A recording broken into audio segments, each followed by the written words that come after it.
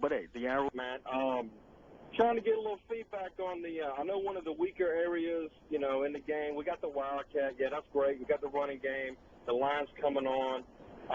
But the receiving core last year, necessarily didn't get it done. Yeah, not high powered. How are we looking, prepping up for this year? Any kind of feedback on the rookies? How camp's going? Anything? I'm in a black hole all day.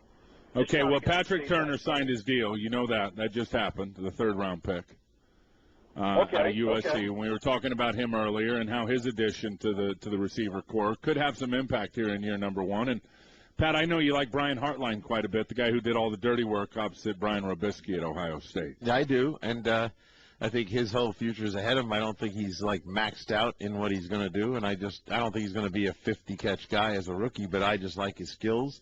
And I think just like you didn't really know about Camarillo until he started playing, I think this guy's going to come in. He's a terrific route runner, and he's going to become a favorite of the quarterbacks. And I think you'll see in the second year he's going to be a name that we're all talking about all the time. Nice. And I think you got something good there. And that's from guys who study the receivers and really have a great feel that this guy can be a good player. And I would expect this, too. I would expect – and it's great news that Camarillo, it looks like, is going to be ready with, remember, his injury last year. And the guy is so smart. And Ted Ginn, I think, has to get better at hopefully forcing some double coverage and getting something between the numbers. I mean, he's better outside the numbers down the sideline. I like to see him get some of the inside routes working. I'm real excited for Devon Best because I think that guy has got a checkered past when you go back to what he did in college and had some issues with some legal issues. But was a terrific player at Hawaii, the way they trained him in Hawaii under June Jones. Watching the tape last year, he was your best route runner by far. It wasn't even close. And I think when you look at a guy that, understands how to get open, when to get open, and he learned all that at Hawaii. He caught a gazillion balls at Hawaii, not just in games, but in practice every day. I think he had to catch him 200 balls off the jugs machine or something every day. And that guy wants it. I sat down and talked to him a few times last year.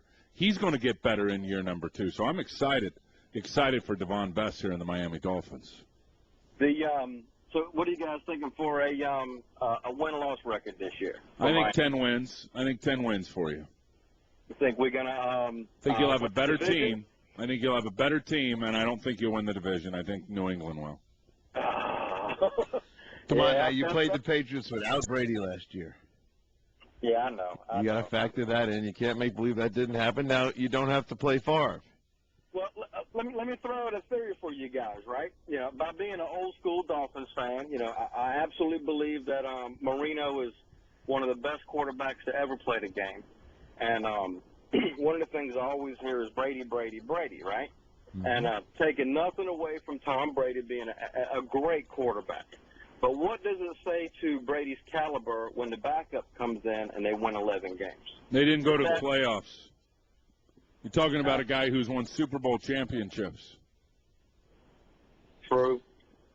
Matt sat and learned from Tom, and he was a very good student behind Tom, and he took advantage of great players around him, and he demonstrated that it was a mistake that he wasn't, picked higher by somebody, that he could play in this league, and he's now getting that chance. But I don't think it waters down who Tom Brady is at all. Tom Brady has 3 Super Bowl rings.